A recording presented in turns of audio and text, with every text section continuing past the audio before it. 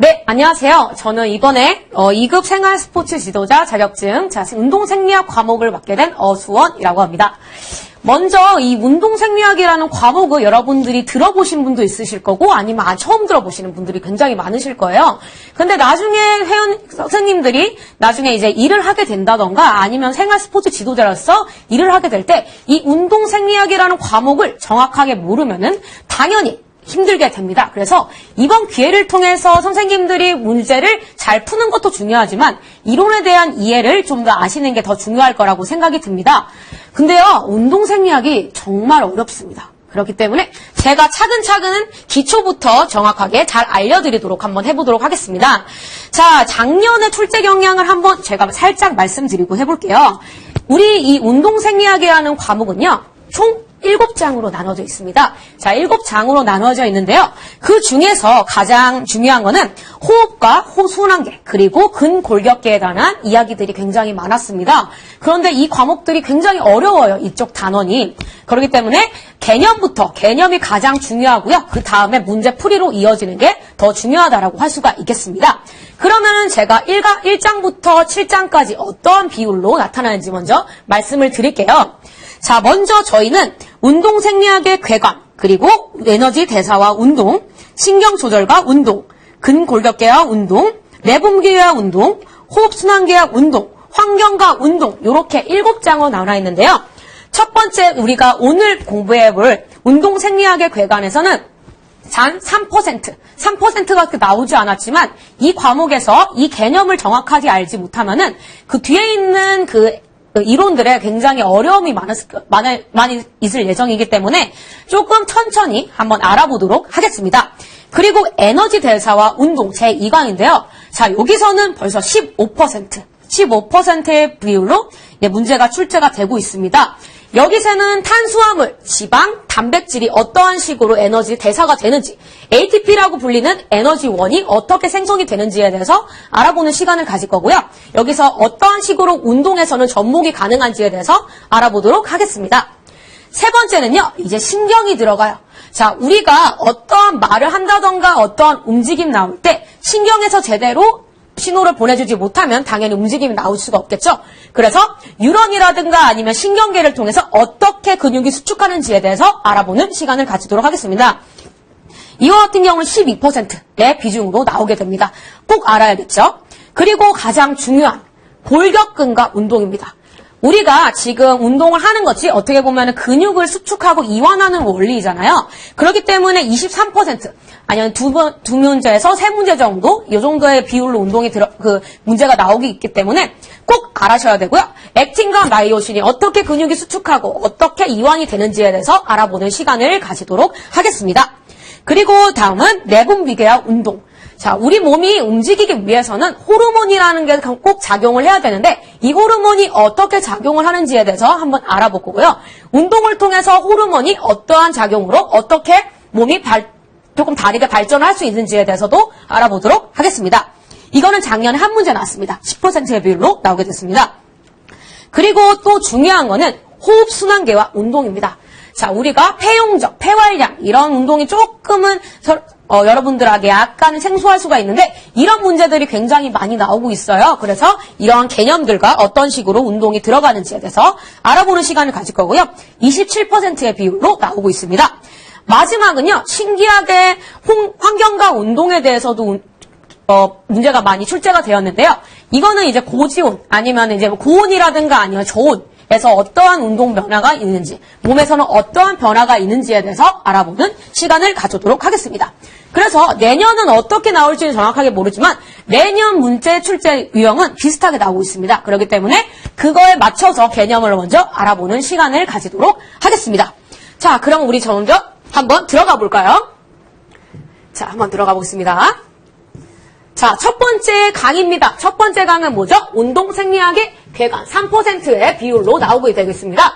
자, 이런 것 같은 경우는 자, 이제 주요 용어에 대해서 정확하게 알아보시는 게 굉장히 좋을 것 같습니다. 자, 여러분, 여기서 제가 문제를 하나 내볼게요. 운동생리학을 저희가 배우잖아요. 근데 생리학이 과연 무엇일까요? 생리학에 대해서 여러분들은 많이 모르실 수도 있어요. 근데 생리학이라고 하면은 일단 우리가 움직이는 것들, 우리가 어떠한 기능으로 대해서 움직이고 호흡하는지에 대해서 알아보는 학문이에요. 그래서 생물의 기능이 나타나는 과정이나 원인을 과학적으로 분석하고 설명하는 생물학 분야 중에서 한 분야입니다. 우리가 숨을 쉬고 아니면 근육이 수축하고 이런 원리들을 알아보는 게 생리학이에요. 그럼 운동 생리학은 무엇일까요? 자, 여기 앞에 나와 있죠? 자, 이렇게 나와 있으면 운동에 대해서 먼저 알아보도록 하겠습니다. 자, 운동이란 체력 유지나 건강, 생명 유지를 위한 체계적, 규칙적인 신체 활동입니다. 자, 그러면은 운동보다 조금 더 포괄적인 그런 단어는 무엇일까요? 자, 모르시겠죠? 네, 제가 많이 준비를 해놨습니다. 운동보다 조금 더 포괄적인 것은 신체 활동이라고 해요. 요 밑에 나와 있습니다. 자, 이게 이제 포함되어 있는 중에 하나인데 이게 더 큰 의미로 생각하시면 될 것 같아요. 신체의 모든 포괄적인 움직임입니다. 움직임으로 에너지를 소비하고 되는 대근육을 움직이는 신체적 움직임입니다. 그래서 어떤 식으로 문제가 나온 적이 있냐면은 운동과 신체 활동과 움직임 요 세 가지에 대해서 어떤 게 더 큰 문제인지 어떤 게 더 큰 개념인지에 대해서 나온 적이 있거든요. 그렇기 때문에 운동은 이 신체 활동 안에 들어가는 개념입니다. 이렇게까지가 생각하시면 될 것 같습니다. 여기까지는 어려운 게 전혀 없으실 거예요. 자, 근데 우리는 중요한 거는 체력이죠. 자, 이 안에 신체 활동과 운동 안에 들어가는 게 체력입니다. 체력은요, 여러분 꼭 두 가지의 원리로 알아볼 수가 있습니다. 첫 번째는 우리의 물리화학적, 자, 방위 체력이 있고요. 방위 체력은 환경에서 오는 여러 가지 스트레스를 견뎌내는 능력입니다. 그렇기 때문에, 자, 여기서 보시면 되게 많은 스트레스가 사람들한테 있어요. 물리화학적인 스트레스라든가 생물학적, 생리학적, 심리학적 스트레스가 있습니다. 이런 것들을 이제 견뎌내는 능력을 이제 방위 체력이라고 합니다. 방위 체력에서는 이제 물리화학적 스트레스, 기온과 기습, 기압 등에 견디는 능력, 날씨가 너무 추워요. 아니면 너무 더워요. 이런 것들도 견뎌내는 것도 하나의 체력 중에 하나라고 볼 수가 있겠습니다. 두 번째는 이제 생물학적 스트레스죠. 지금처럼 코로나 바이러스라든가 아니면 기생충, 세균 등에 견디는 능력을 이제 생물학적 스트레스 이걸 이제 견뎌낼 수 있는 능력을 방위 체력 이렇게 하고 있습니다. 세 번째는 생리적 스트레스. 우리가 배가 고프고 목이 마르고 이런 것도 견디는 것도 체력의 한 종류라고 볼 수가 있습니다. 마지막으로는요, 심리적 스트레스가 있습니다. 심리적은 지금 내가 너무 스트레스가 심해, 긴장이 너무 심해, 이런 것들도 견딜 수 있는 능력이 이제 심리적 스트레스입니다. 그래서 저희 다시 한번 얘기 한번 해볼게요. 방위적 스트레스에는 네 가지 스트레스가 있다. 하나는 물리화학적 스트레스, 두 번째는 생물학적 스트레스, 세 번째는 생리적 스트레스, 네 번째는 심리적 스트레스. 요 네 가지 스트레스가 있다라고 생각을 하시면 될 것 같습니다. 자, 여기서 중요한 게 또 있죠. 자, 저희가 지금 알아야 될 문구는 뭘까요? 자, 이겁니다. 저희는 행동 체력에 대해서 알아야 돼요. 지금 우리가 하고 있는 체력에서 운동을 하고 지속 조절할 수 있는 능력을 바로 행동 체력이라고 봅니다. 자, 이렇게 보시면은 우리가 건강 체력으로 하시면 이제 근력, 근지구력, 유연성, 심폐지구력, 그리고 신체 조성. 이렇게 해가지고 이제 건강 체력이라고 합니다. 자, 그러면 선생님들, 근력이 뭘까요? 근력은 선생님들이 지금 많이 운동을 하셨을 때 근력을 키우기 위해서 운동을 하고 있잖아요. 근력이라 하면 근육이나 근육 그룹에서 발생되는 힘의 최대 근력을 근력이라고 합니다. 그러면 근지구력은 무엇일까요? 근지구력은 근력과 달리 이제 근력을 많이 지구력으로서 많이 횟수를 얼마만큼 반복을 할 수 있는지에 대한 능력을 근지구력이라고 합니다. 그래서 긴 시간 동안 근육이 일정한 수준으로 지속할 수 있는 능력을 근지구력 능력이라고 합니다. 세 번째는요, 심폐지구력이죠. 여러분, 달리기랑 수영이랑 이런 걸 많이 해보셨을 거예요. 이런 것이 심장, 허파, 순환계가 움직이는 근육에 효율적으로 산소를 공급할 수 있는 능력을 심폐지구력이라고 합니다. 네 번째는 유연성인데요. 유연성이란 부상 없이 최대 관절 가동 범위에 걸쳐 부드럽게 관절을 움직일 수 있는 범위. 만약에 유연성이 제대로 나오지 않는 경우에 그런 경우에 운동을 하게 된다면 어떻게 될까요? 당연히 부상의 빈도가 굉장히 높겠죠. 그렇기 때문에 유연성도 굉장히 중요합니다. 마지막으로 여기에 나와 있지 않지만 신체 조성이라 함은 인체를 구성하는 기관이나 조직들을 정량적 또는 상대적 비율로 나타낸 것. 우리가 인바디 많이 찍어보잖아요. 그래서 그 제지방량과 체지방량을 어떻게 나눠서 어떤 비율로 나눠져 있는지 알아보는 걸 신체 조성이라고 합니다. 이렇게 해서 건강 체력에서는 근력, 근지구력, 유연성, 심폐지구력, 그리고 마지막 신체 조성까지 이어있고요. 자, 이번에는 운동 체력이라는 게 있습니다. 자, 운동 체력이라는 우리가 운동을 할 때 필요한 기술을 발휘할 수 있는 능력으로서 건강 체력과는 조금 다른 이런 개념을 가질 수가 있습니다. 이렇게는 이제 총 6가지의 이제 운동 체력들이 요소가 있는데요. 첫 번째는 스피드입니다. 스피드는 뭘까요? 여러분 잘 아시죠? 신속하게 움직일 수 있는 능력을 스피드라고 합니다. 그리고 순발력은 뭘까요? 내가 단시간 동안에 얼마나 빠르게 변화를 할 수 있는지 단시간 만에 많은 힘을 낼 수 있는 능력을 바로 순발력이라고 합니다. 그리고 평형성은 뭘까요? 우리가 밸런스를 맞는다는 거 아니면 평형적인 움직임을 할 때 정적 또는 동적 상태에서 몸의 균형을 유지할 수 있는 능력을 평형성 체력이라고 합니다. 그리고 협응성은 뭘까요? 협응성은 신체의 각 부위가 조화를 이루게 되면서 원활하게 움직일 수 있는 능력을 바로 협응성이라고 합니다. 만약에 협응성이 떨어지게 되면 그만큼 또 다칠 확률이 굉장히 높겠죠. 그리고 민첩성, 신체의 방향을 신속하게 바꿀 수 있는 능력입니다. 그래서 민첩하게 움직이는 것들, 그걸 민첩성이라고 하고요. 반응 시간 굉장히 중요하죠. 빛과 소리, 접촉과 같은 자극에 반응하는데 요구되는 시간, 얼마나 내가 빠르게 반응을 하는지에 대해서 알아보는 것도 운동 체력 중에 하나입니다. 이 전에 있는 그 출제 유형을 봤을 때 운동 체력과 건강 체력을 나눠서 이렇게 해서 출제하는 경향들이 가끔씩 있더라고요. 자, 예를 들면은 자, 운동 체력이 아닌 것을 고르세요. 아니면은 건강 체력이 아닌 것을 고르세요라고 하는 약간 개념적인 그런 문제들이 많이 나오기 때문에 이런 거는 정확하게 알고 숙지하시고 바로 들어가시면 좋을 것 같습니다. 여기까지는 어려운 게 많이 없을 것 같아요. 자, 여기까지 한번 쭉 한번 읽어보시고요. 다음은 이제 운동 생리학의 개념에 대해서 먼저 알아보도록 하겠습니다. 자, 쭉 올라가서 이렇게 해서 저희가 체력과 이렇게 운동과 체력의 종류에 대해서 알아봤고요. 운동 생리학에 대해 알기 위해서는 먼저 역사적인 이런 개념을 좀 먼저 알았으면 좋겠죠. 그래서 운동 생리학의 역사에 대해서 먼저 알아보고 그 다음에 정의를 한번 알아볼게요.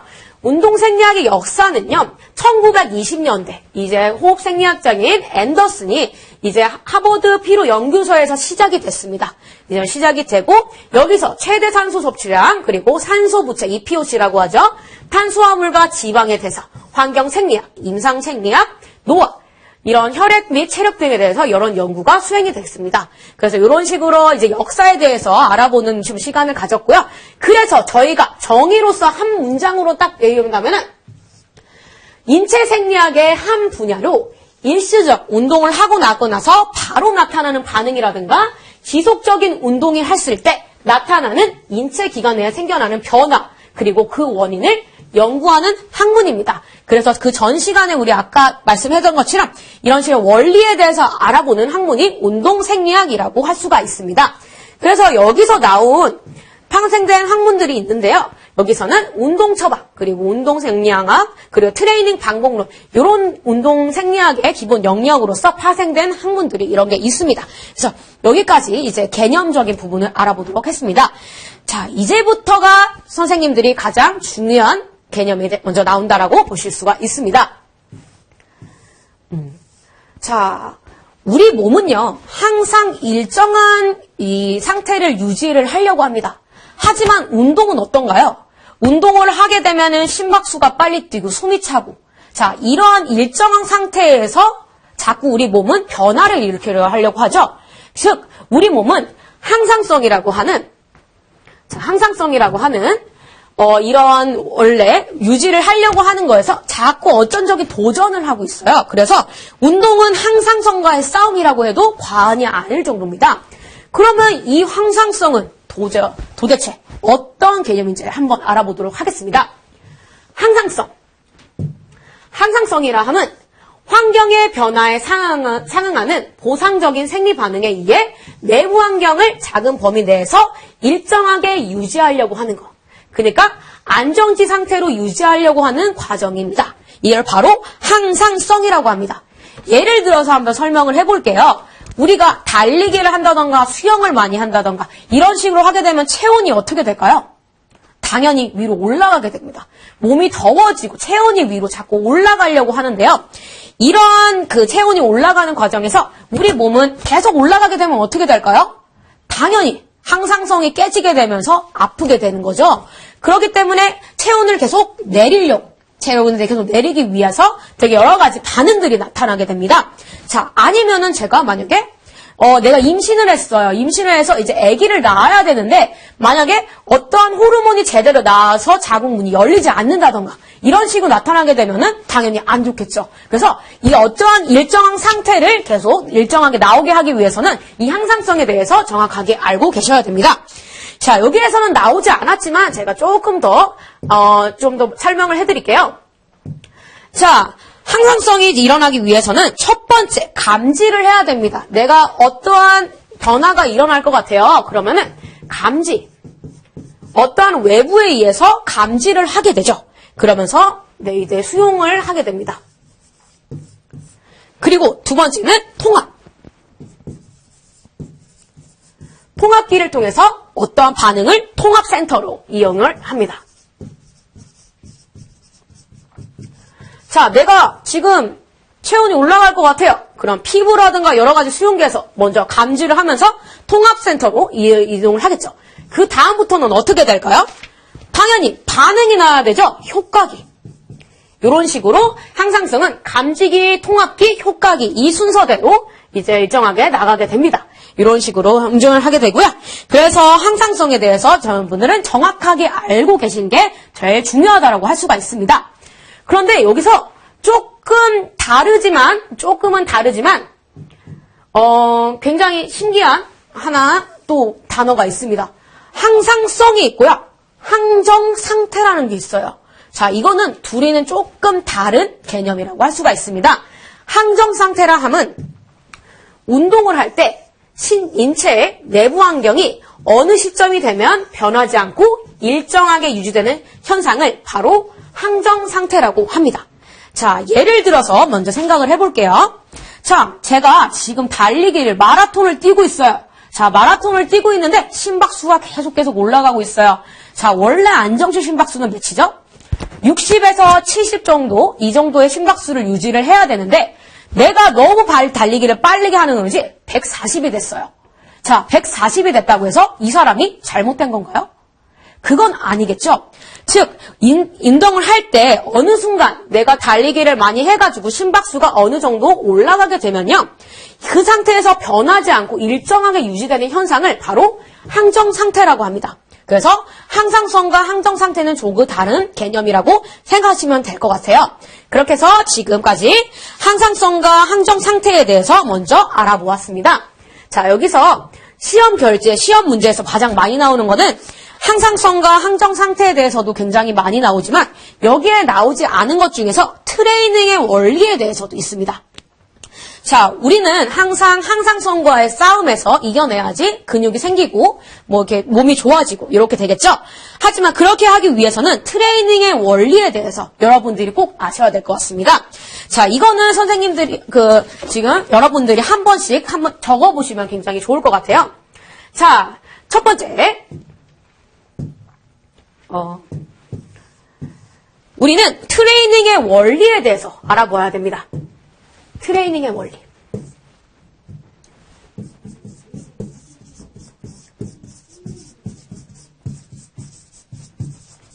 자, 트레이닝의 원리는 총 4가지가 있어요. 첫 번째는 과부하의 원리입니다. 자, 과부하의 원리는 무엇일까요? 자, 내가 지금 운동을 하고 있어요. 근력 운동을 하고 있는데 내가 오늘은 5kg짜리 덤벨로 덤벨 컬을 했고 그 다음에도 5kg짜리 덤벨 컬로 운동을 하고 그 다음에도 계속 똑같은 강도로 운동을 하게 되면 어떻게 될까요? 근육은 성장을 하지 못합니다. 그렇기 때문에 트레이닝을 통해서 어떠한 힘의 근력이라든가 근지구를 높이기 위해서는 첫 번째, 과부하의 원리, 운동 강도가 어느 정도의 수준을 뛰어넘어야 됩니다. 그래서 첫 번째 중요한 게 과부하의 원리에 대해서 아시면 좋을 것 같고요. 두 번째는요, 특이성의 원리입니다.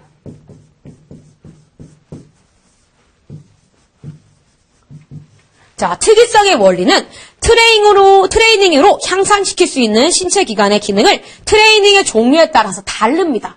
내가 만약에 근력 운동을 해가지고 이제 힘을 키우고 싶은데 달리기 운동을 하게 되면 어떻게 될까요?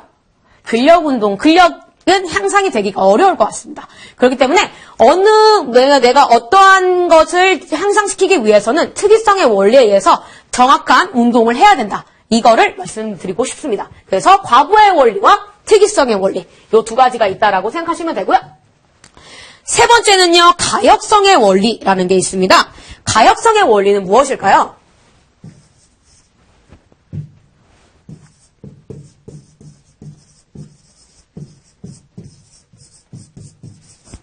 자, 가역성의 원리가 있습니다. 자, 내가 운동을 지금 하고 있어요. 운동을 하고 있는데, 갑자기 아파가지고 한 달을 운동을 쉬었어요. 그럼 어떻게 될까요? 내가 운동을 했었던 게 다시 물거품으로 들어갑니다.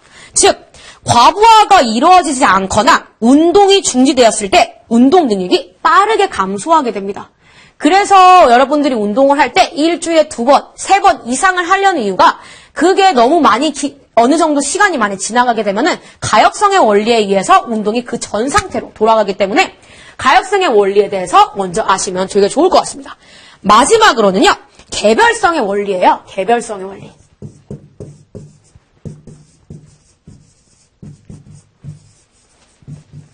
개별성의 원리라 함은 개인 체력 수준을 고려하여 그에 적합한 운동 형태로 훈련을 해야 됩니다. 예를 들어서요, 운동을 저희가 처음 시작했어요. 처음 시작했는데 일주일에 6번 이상 운동을 하고,